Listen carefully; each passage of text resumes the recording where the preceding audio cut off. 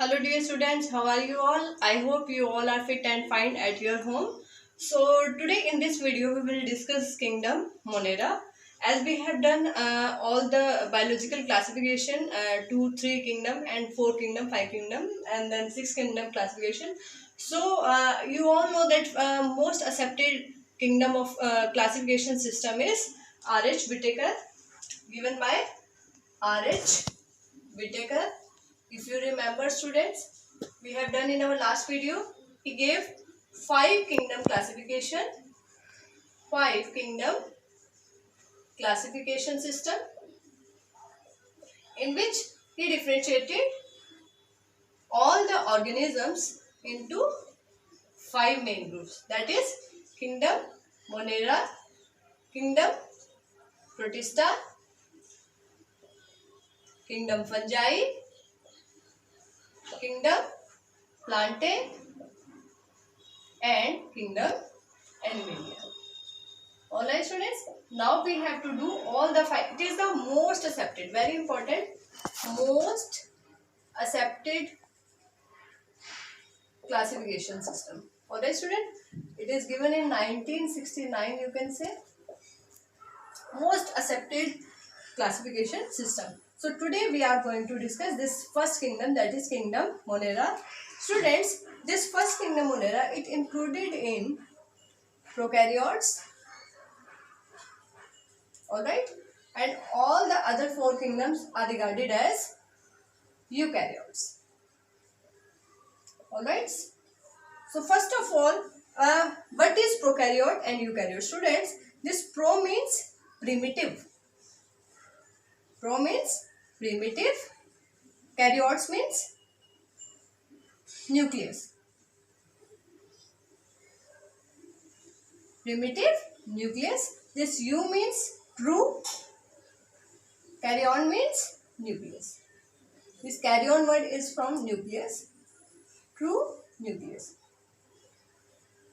Now, what is primitive nucleus? What is eukaryotic nucleus? On that basis, these 2 main classification system is there. That is, one is prokaryotes and one is eukaryote. This eukaryote is specifically, you can say, having a large number of kingdoms as compared to prokaryotes. So, if we talk about primitive type of nucleus, so in case of kingdom Monera, generally you can say sole members, or you can write it as only members. Sole members or only members of this kingdom are bacteria. Very, very important. They may be of different type of bacteria. We will discuss today. Like they may be a primitive type of bacteria, that is archaebacteria. They may be of true bacteria, that is called eubacteria. Then they may be cyanobacteria, that is blue-green algae. They may be rickettsia. They may be mycoplasma. Alright. So different type of bacteria, but all the bacteria comes under the kingdom of kingdom Monera. So why this is called as primitive nucleus, students? The nucleus present inside the bacterial cell, suppose this is the bacterial cell, the nucleus present inside is having no nuclear membrane.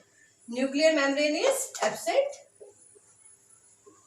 Nuclear membrane, this is the basic difference between prokaryotes and eukaryotes. Nuclear membrane is absent. Now this is not called as nucleus, now this is called as nucleoid. Nucleoid, students, you can do its other name as well. It is also called genophore. It is also called insufficient nucleus. Alright students, and if we talk about eukaryotes, if we talk about any eukaryotic cell, their DNA is covered inside the nuclear membrane, that is double membranous structure, and that have pore inside that are called nuclear pores. So it is called nucleus.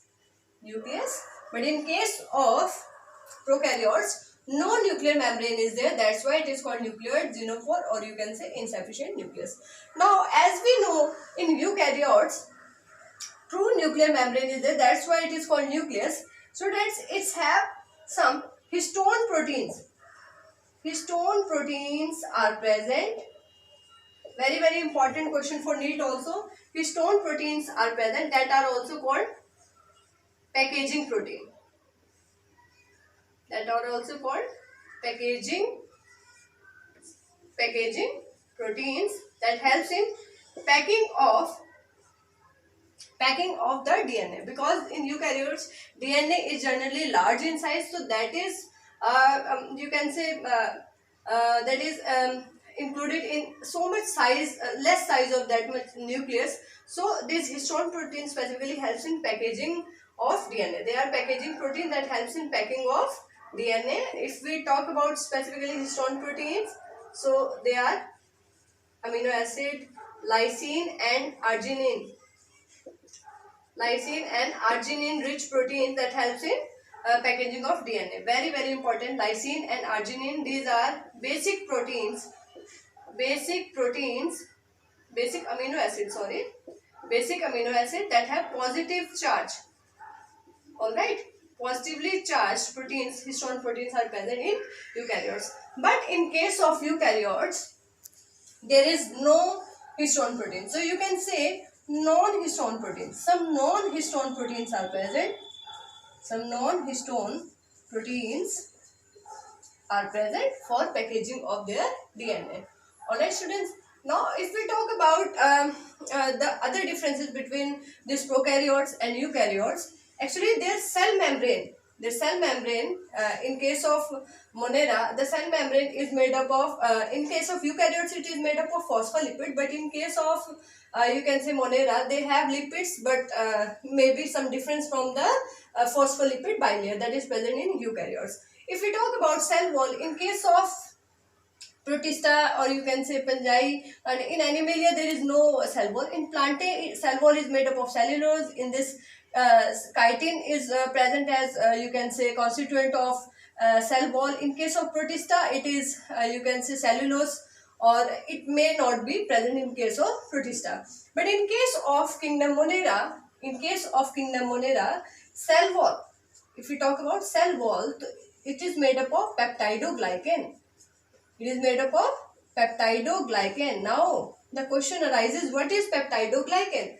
So, this is, you can say, a combination of amino acid plus carbohydrates, or you can say polysaccharide. Carbohydrates, or you can say polysaccharides. Alright students, and specifically if you want to name, this is NAM and NAG. What is NAM and what is NAG?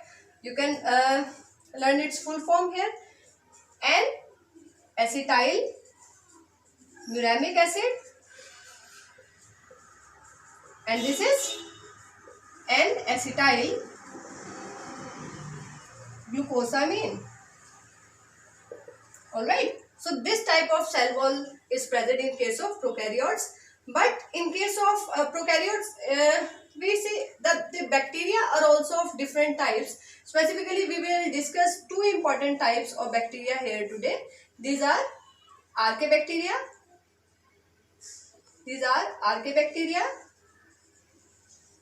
And Eubacteria. Alright, students. First of all, we have done the basic difference between prokaryotes and eukaryotes. Now, as we have to do Kingdom Monera today, so we have come what type of bacteria come under Kingdom Monera. So basically, we will do different types of bacteria. Cyanobacteria we will also do. We will also do some detail of Mycoplasma and Rickettsia. But today we are going to discuss this Archaebacteria and Eubacteria. This Archaebacteria is again called primitive type of bacteria. And this Eubacteria is called true bacteria. Eu means true bacteria. Alright. So, this peptidoglycan, this is present in cell wall of Eubacteria. Peptidoglycan is present. But in case of Archaebacteria, peptidoglycan is not present. In case of Eubacteria, peptidoglycan cell wall is present. So, its cell wall is made up of some different types of constituent. If we talk about cell membrane, so it is made up of single lipid layer membrane, but it is maybe of more than a single layer.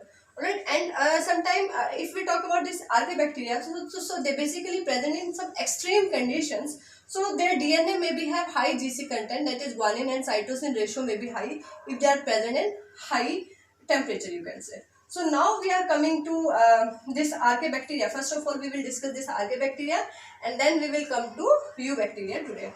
So if we talk about archaebacteria,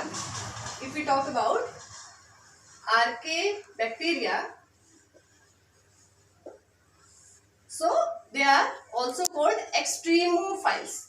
They are called extremophiles. Why they are called extremophiles? As they are present in extreme condition. Like they may be present in high temperature. They may be present as high pH or low pH, you can say. Low temperature and high pressure also.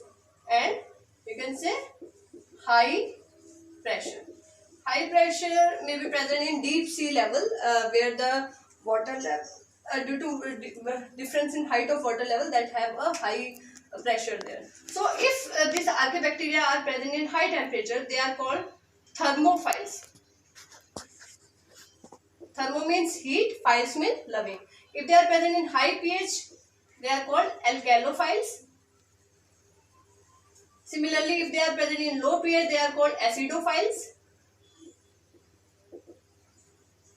If they are present in low temperature, they are called saccharophiles.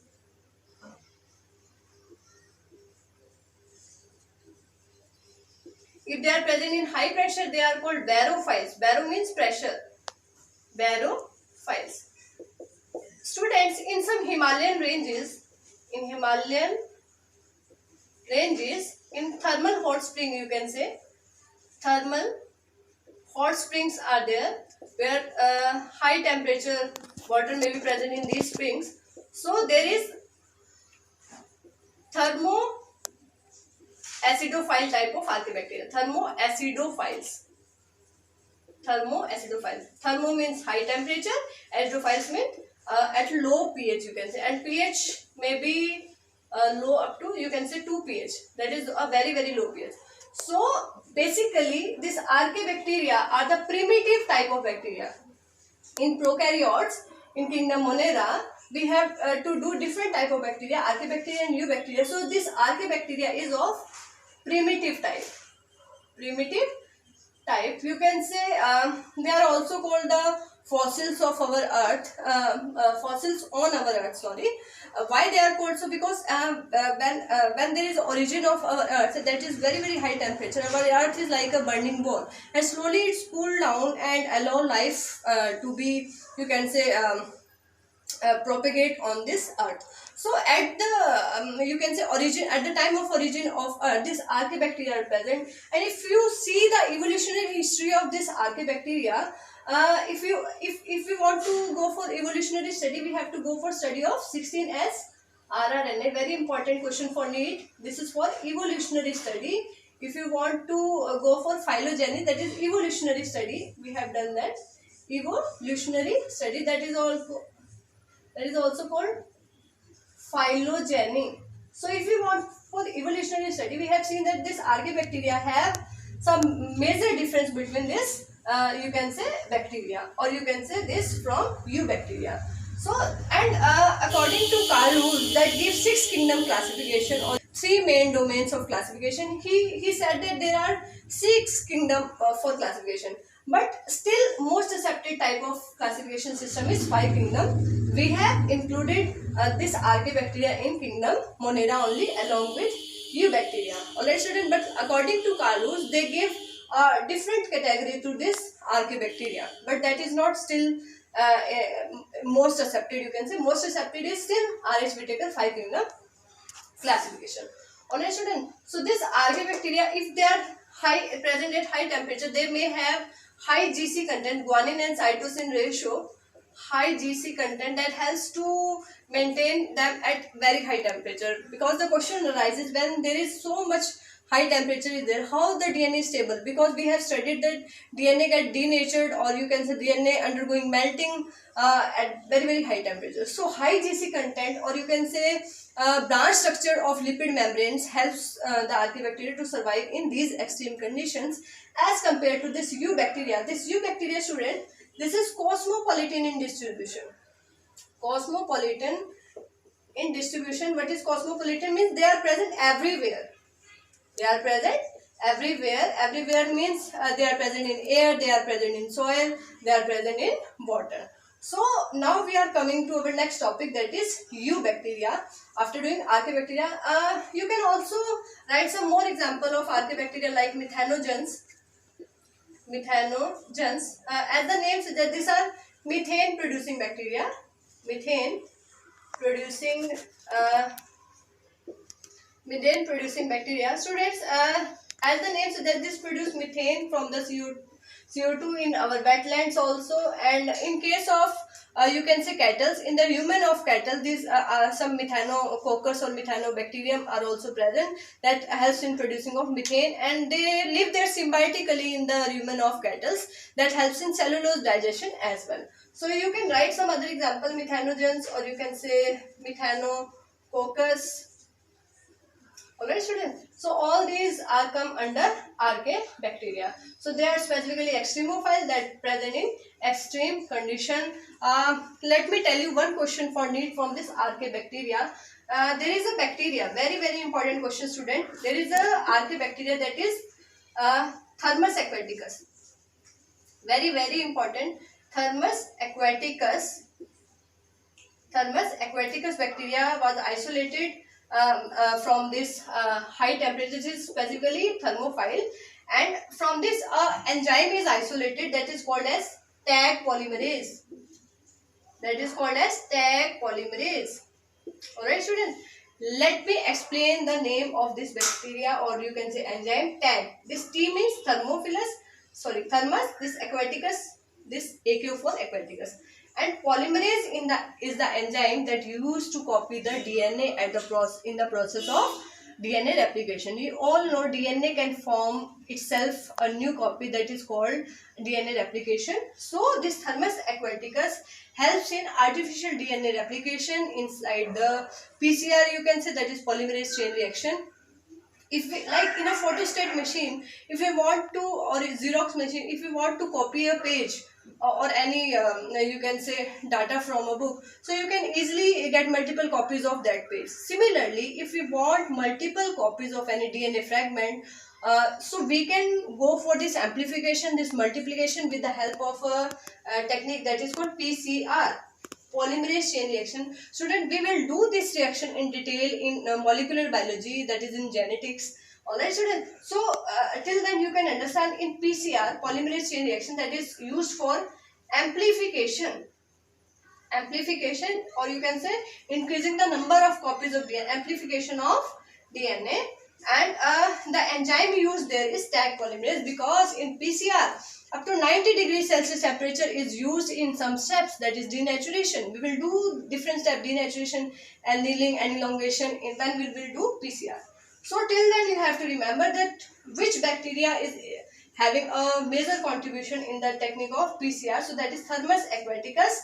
From Thermus aquaticus, that is the thermophile enzyme Taq polymerase is isolated, that is used in amplification of DNA. Alright, students, now coming to the topic of eubacteria. The basic structure is same, that it have a, you can say, cell wall outside. It have a cell wall outside.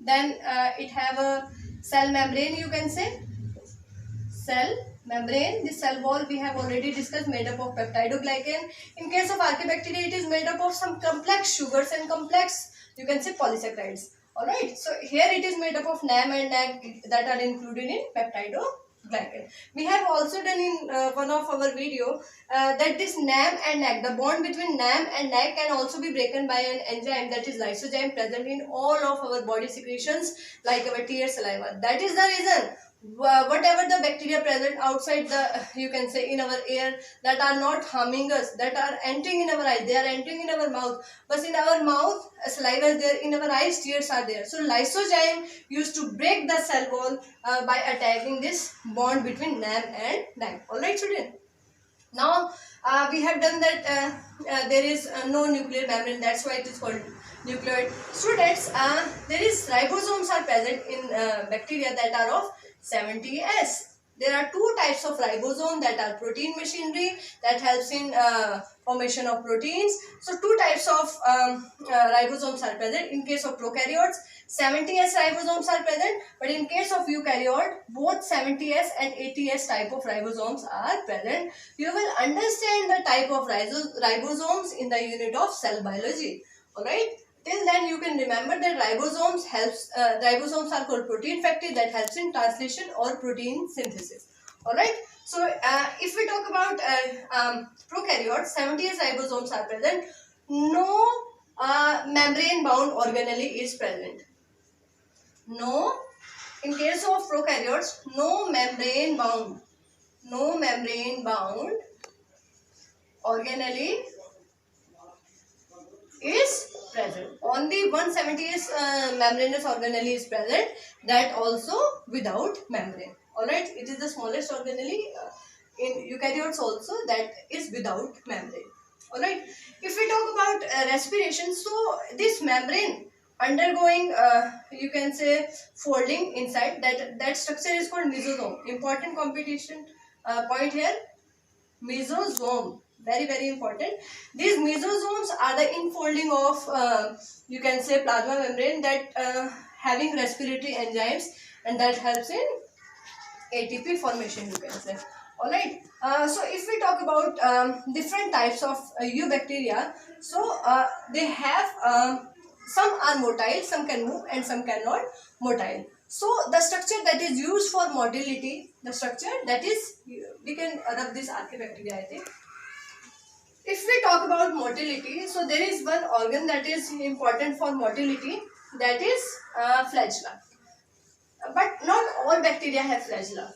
The motile bacteria that can move, they have flagella. The bacteria.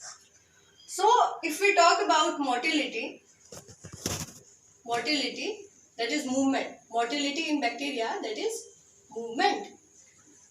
Alright. So the bacteria may be motile and non-motile. Alright. We will come to the topic. Before that, we have done one more important topic, that is nutrition in case of bacteria. Nutrition may be of autotrophic, and it may be heterotrophic. You all know, in autotrophic mode of nutrition, organism can prepare their own food. In heterotrophic, they cannot prepare their own food. They depend on others. So majority of prokaryotes, you can say, are included in heterotrophs. They may be symbionts, alright, and they may be, you can say, parasites. They may be saprotrophs or saprophytes that can take their nutrition from dead and decaying. If we talk about autotrophic, so they may be photoautotrophic. They can use light as well. Photoautotrophic, alright, and they may be chemoautotrophic. In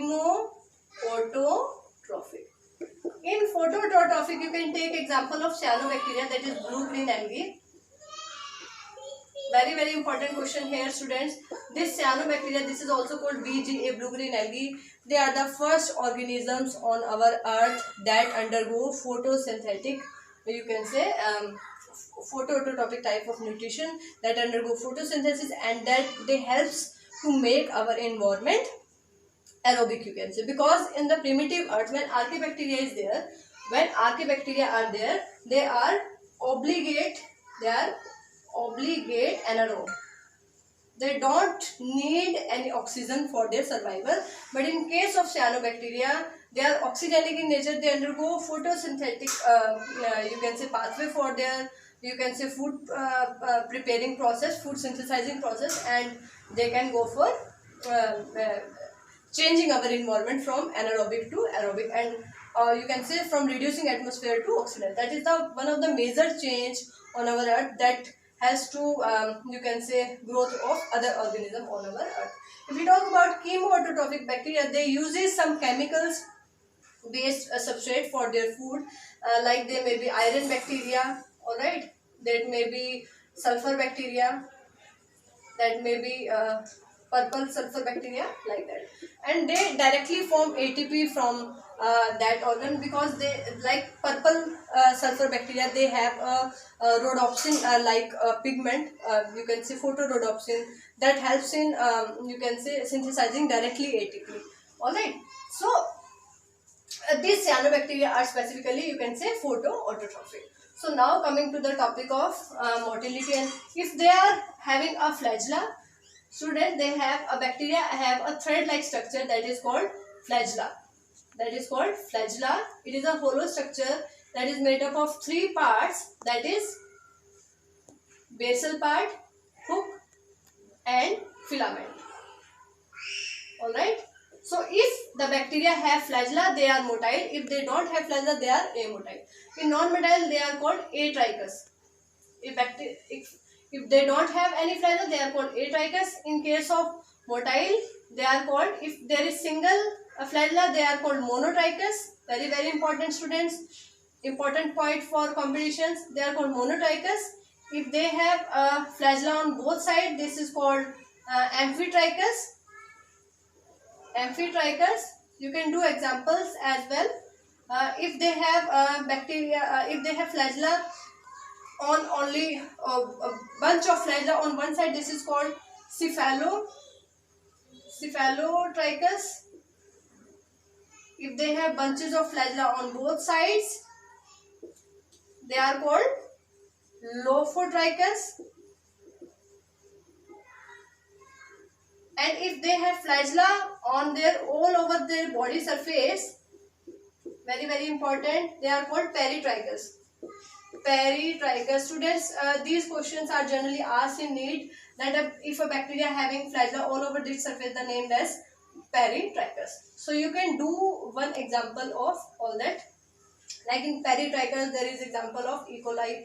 Alright, so you can do Vibrio here, and so different as you can do here as for this Salmonella typhi is there. Alright, so you can do one example as well. In case of atrichous, you can do monococcus that do not have any flagella. Alright, one important point here is this filament is a hollow structure that have a special protein called flagellin. Flagellin, very, very important competition point. Flagellin protein, it is a contractile type of protein that helps in movement. Contractile, very, very important, students. You can do one more neat question here, that in basal part there are two types of ring structure, outer rings and inner rings. Inner rings, that is LPSM. Alright, so these type of ring structures are present in basal region. This filament is made up of monomer protein unit that are called flagellin, that are contractile in nature. If you want to see their position, so you can see here that in case of bacteria, outer one is cell wall and then inner is cell membrane. So this flagella is present like this. So this is in case of cell membrane, you can say this two rings are present. This is SM, M is inner one, S is outer one, and in cell wall you can say, then there is basal part, then in cell wall there is two, that is P and L, and then this is, you can say, hook, and this filament. This filament have flagellin protein in case of monomer units. Alright, so one more structure we will do today, that is villi. This is again a thread-like structure, fine thread-like structures. Alright, they are generally present on the cell wall, or you can say outer wall of the bacteria. They are also of two types, longer and shorter. Alright, this long, they do not have have any role in motility. They do not have any role in motility in movement. Alright. If we talk about this longer pili, this is also called this shorter pili is called infective pili. Infective pili, like the name says, infective pili. So this will be present in pathogenic, or you can say virulent bacteria only. The longer pili is called sex pili, that helps in conjugation process. Conjugation is a process between a donor bacterium and recipient bacterium. One have S plasmid and one do not have. We will do the process of this DNA transfer, conjugation, transaction and translation in genetics in detail. Till then you have to remember this sex pili is longer pili and this shorter pili is an infective pili, that is only present only in, you can say, virulent strains of bacteria. And this pili also have this, as if you can say sex pili, they also have a special type of protein this pili have, that is pilin. Like in case of flagella there is, in flagella there is flagellin, so here is pilin, that is very very important. In case of infective pili, that these pili like they are present in virulent strain of bacteria, that helps in attachment on the surface of body of host. So these infective pili, they are also called fimbriae. Very very important question, students, for NEET. They are also called fimbriae, Fimbrae. They are also called fimbriae. Sometimes the question is asked, what is the difference between flagella and fimbriae? So flagella helps in motility, but fimbriae do not have any role in motility. So these fimbriae are specifically made up of special protein that is called pilin. Alright students, so they have a role in infection. So today we have do some basic differences between prokaryotes and eukaryotes. Then we have done some difference between different types of prokaryotes. Like today we have discussed archaebacteria and eubacteria, their different examples, their different properties. Motility we have discussed, then we have discussed their, you can say, nutrition we have discussed. Alright students, so one thing is left, that is, you can say, shapes. Can we do that in a little detail? If the bacteria having, if we talk about shapes of bacteria, if the bacteria having roll shape, they are called bacillus. If they have spherical shape, they are called cocci. If they have coma shape, so they are called vibrio. Alright.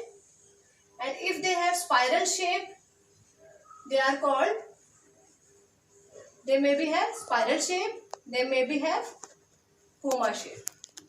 Alright. Roll shape, this is called bacillus. Spherical shape, cocci. Coma shape, this is present in vibrio. And this spiral shape, that is present in spirulina. You can write one example as well. This is present in, you can write Treponema pallidum here. Treponema pallidum. Species may be anyone. This is genus. Coma in case of vibrio. Vibrio cholera specifically. Alright. And in cocci you can do streptococcus. If they are in chain, if spherical bacteria are in chain, they are called streptococcus. If they are present in bunches, they are called staphylococcus. Alright. In case of bacillus, we can do an example of lactobacillus, that is present in milk. That is also called lactic acid bacteria. One important example, this lactobacillus is present in curd, and that is also this lactic acid bacteria is also present in female vagina, that helps to maintain acidity there, that prevents the infection from there. Alright students, so in our next lecture we will do some other properties of Kingdom Monera. Till then, stay tuned, read the lecture carefully.